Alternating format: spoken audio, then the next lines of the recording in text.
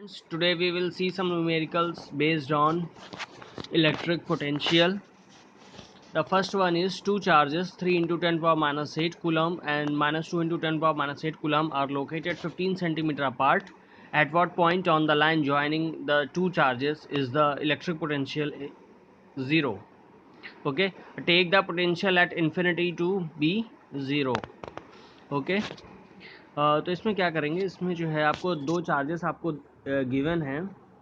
ठीक है, दो चार्जेस आपको गिवन है, तो इसमें ये करना है कि पहला चार्ज जो है आपका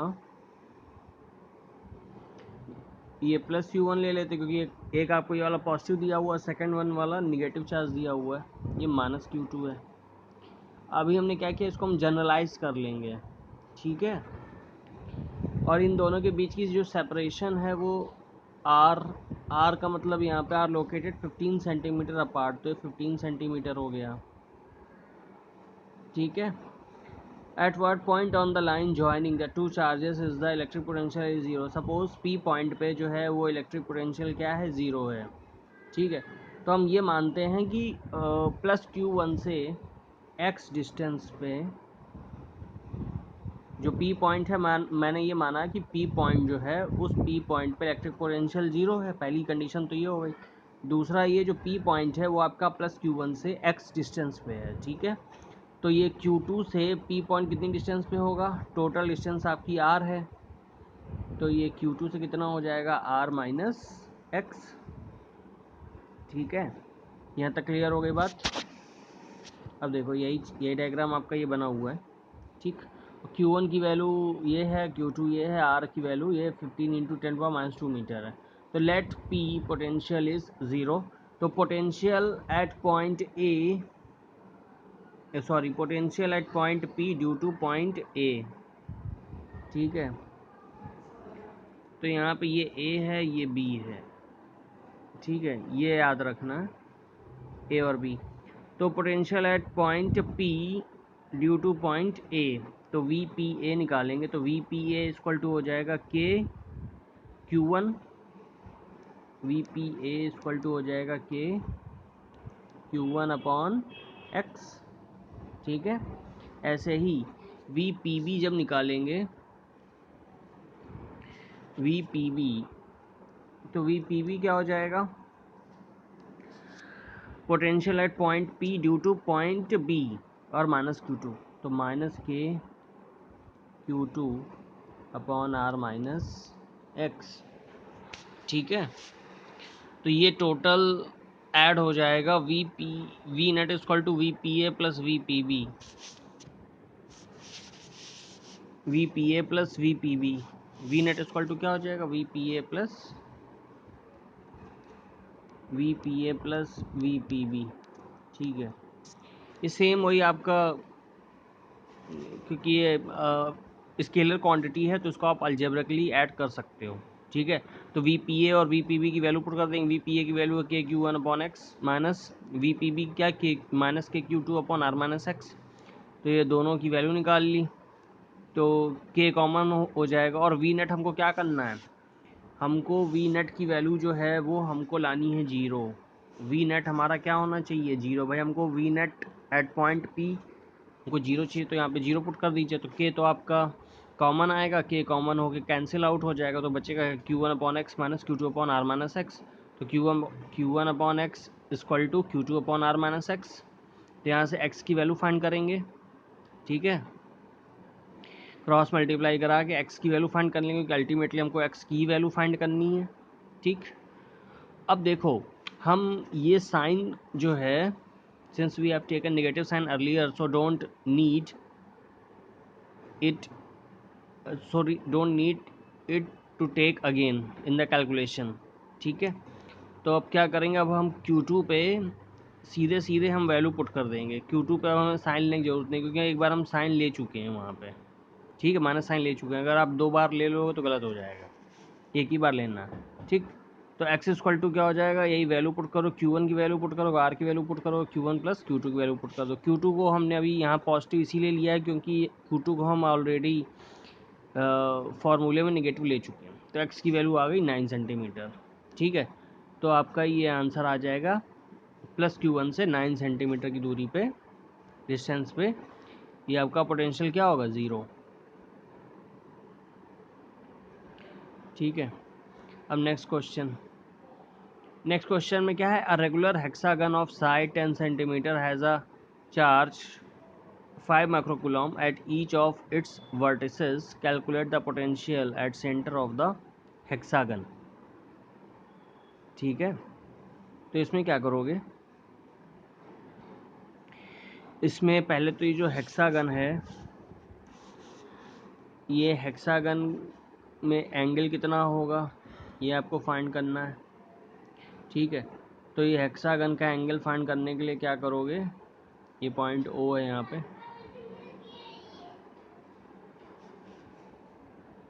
तो हेक्सागन का ये एंगल फाइंड करने के लिए क्या करोगे, टोटल जो है आपके 360 है,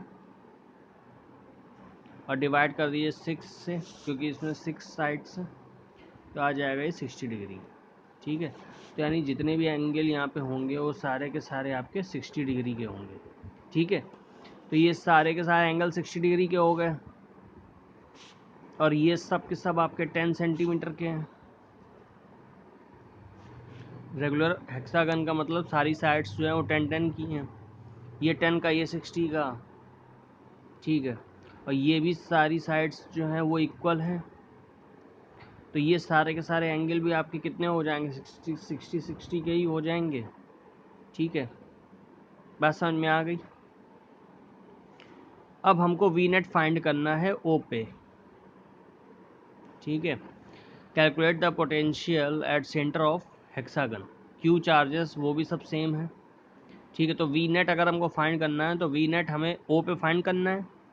ठीक है, वी नेट हमें कहाँ फाइंड करना है, O पे, वी नेट एट O। तो इसमें क्या करेंगे, तो O पे फाइंड करना है, तो O पे अगर वी नेट हमको निकालना है तो वी नेट इक्वल टू क्या होगा, potential at O due to A, ऐसे ही potential at O due to B, potential at O due to C, potential at O due to D, potential at O due to E, plus potential at O due to F। ये सारे के सारे हमको calculate करने पड़ेंगे। ठीक है, इन सबको कैलकुलेट करके वही ऐड कर दो, सारा आपका वी नेट आ जाएगा। अब इसमें एक चीज़ समझो, जो OA है वो OB के इक्वलेंट है, OA इक्वलेंट है OB के, ये सारी साइड्स इक्वल हैं, ये एंगल भी आपके 60-60 के आपने फाइंड कर लिए हैं, तो ये क्या हो जाएंगे, ये सब जो है आपके सारे OA OB OC ये सब आपके इक्वल हो जाएंगे। ठीक है, डायगनल्स भी सारे इक्वल हैं इसके, O मिड पॉइंट है, तो इसलिए OB equal to OE equal to OC equal to OD equal to OF equal to OA। ठीक है, ये सब इक्वल हैं, ये सब आपके भी 10 सेंटीमीटर के हो जाएंगे, 10-10 के हो जाएंगे, क्योंकि जो नीचे जो आपकी AB है वो भी 10 की है, और सारे एंगल भी 60-60 के बनेंगे। ठीक, तो वी नेट इक्वल टू क्या करेंगे, VOA का आप अगर कैलकुलेट करते हो तो 6 टाइम्स इसको कर दोगे। ठीक है, क्योंकि देखो VOA क्या है, VOA की अगर वैल्यू फाइंड करोगे तो KQ अपॉन R आएगा, क्या आएगा, KQ अपॉन R। VOA का मतलब ये हमने R मान लिया है। ठीक है, ये सारे के सारे R हैं बराबर। ठीक है, VOA निकालोगे तो KQ अपॉन R, VOB निकालोगे तो भी KQ अपॉन R, VOC निकालोगे तो भी KQ अपॉन R, तो 6 टाइम्स हो जाएगा टोटल इफेक्ट। तो V net equal to 6 into VOA, और VOA इक्वल टू हो जाएगा KQ अपॉन R, और K की वैल्यू 9 इंटू 10⁻9, Q की वैल्यू 5 इंटू 10⁻6 अपॉन R की वैल्यू 10 इंटू 10⁻2, तो W net equal to V net equal to आ जाएगा 2.7 इंटू 10⁻6। ओके, ये क्वेश्चन हो गया। अब third question, 4 point charges plus 1 microcoulomb plus 1 microcoulomb -1 microcoulomb are placed at the corners ABCD of a square each of side 0.1 metre. ठीक है, तो ये वैसे ही क्वेश्चन है, बस इसमें क्या है वो हेक्सागन की जगह उन्होंने क्या किया, स्क्वायर कर दिया है। ठीक है, और उसकी साइड कितनी है, 0.1 metre. Calculate the electric potential at centre O of the square.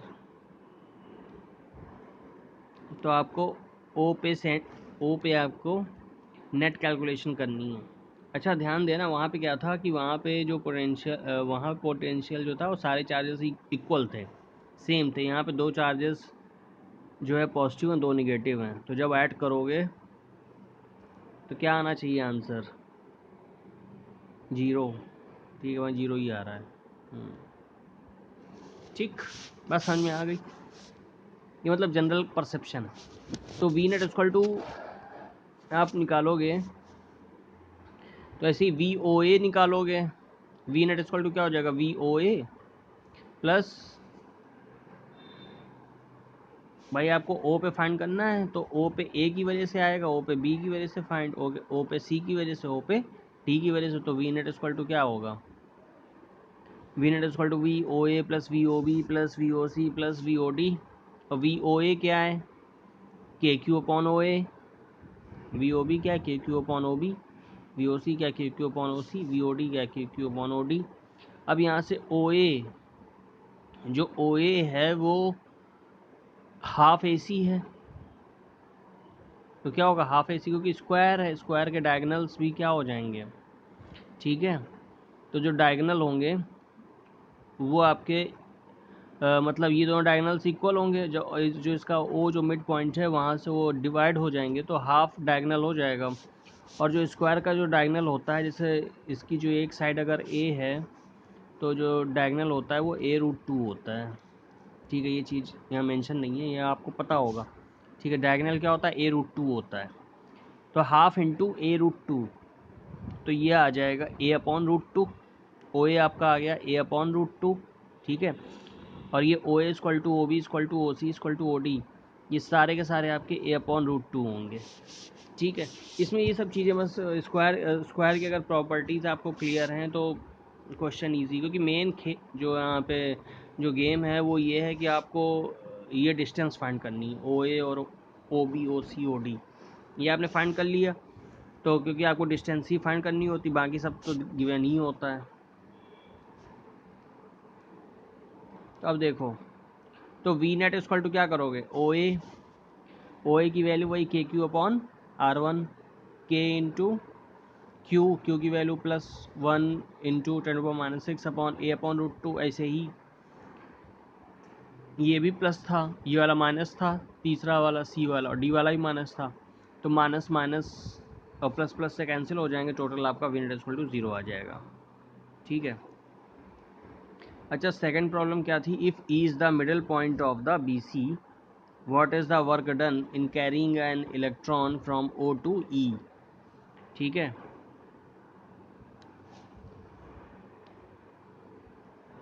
E is the middle point of BC, then what is the work done in carrying an electron from O to E, यानी कि WOE find करना है, O से E तक ले जा रहे हैं, तो क्या हो जाएगा VE, sorry W equal to क्या होता है, W इक्वल टू होता है V into Q, W equal to V Q होता है, V equal to W upon Q.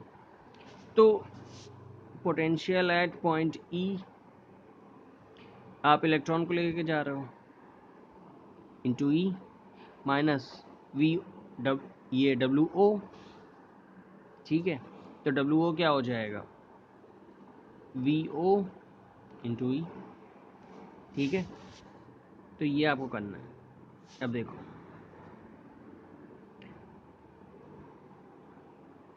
Work done from O to E, तो work done from O to E, तो W equal to V Q, so WOE equal to E into, यहाँ formula वही लगा हुआ है, W equal to V Q. Q क्या है, charge है, V क्या है, पोटेंशियल है, तो E पे कितना पोटेंशियल है, VE, और Q क्या है, Q इलेक्ट्रॉन को लेके जा रहे हो तो इलेक्ट्रॉन का चार्ज लिख देंगे, E into V minus E into V naught. ठीक है, वी नॉट क्या बेसिकली VO है वो, और VO इक्वल टू 0 आप फाइंड कर चुके हो पहले, सेंटर पे जो वी नेट था वो 0 था, तो यहाँ से वी ओ तो कैंसिल हो जाएगा, बचेगा क्या, ई वी ई बचेगा।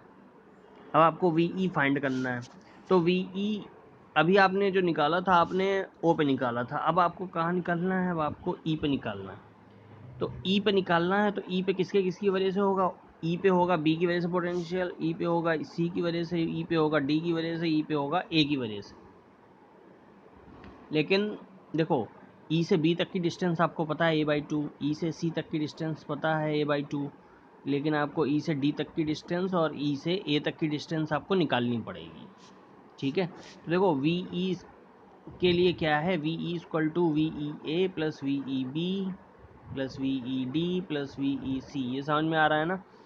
Net potential at V E equal to potential at E due to A, potential at E due to B, potential at E due to D, potential at E due to C।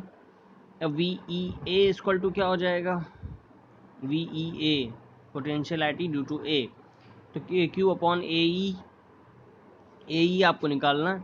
तो ए ई कैसे निकालोगे, देखो ये triangle आपको 90 degree का दिख रहा है, ये एंगल 90 डिग्री का है, ये वाली साइड ए है, ये वाली a/2 है, तो पाइथागोरस थ्योरम अप्लाई करके ए ई आप नहीं फाइंड कर सकते हो, तो यहाँ पाइथागोरस थ्योरम ही अप्लाई हो रही है, √a² प्लस a²/4, तो यहाँ से ए ई की वैल्यू आ जाएगी a√5/2, और जो ए ई की वैल्यू है वही आपकी डी ई की वैल्यू है। ठीक है, और बाकी बी ई और सी ई आपको पता ही है। ठीक, तो देखो वी ई ए की जगह आप के क्यू अपॉन a√5/2 लिख सकते हो, वी ई बी की जगह K Q upon a/2, V E C की जगह माइनस के क्यू अपॉन a/2 क्योंकि क्यू निगेटिव है, ऐसे वी ई डी की जगह माइनस के क्यू अपॉन a√5/2। और वी नेट वी ई निकालने के लिए क्या होगा, सबको ऐड कर दोगे, वी ई इक्वल टू 0 आ जाएगा, तो वर्क डन भी क्या आ जाएगा 0। ठीक है, क्लियर, तो आपका ये क्लियर हो गया। Okay, thank you.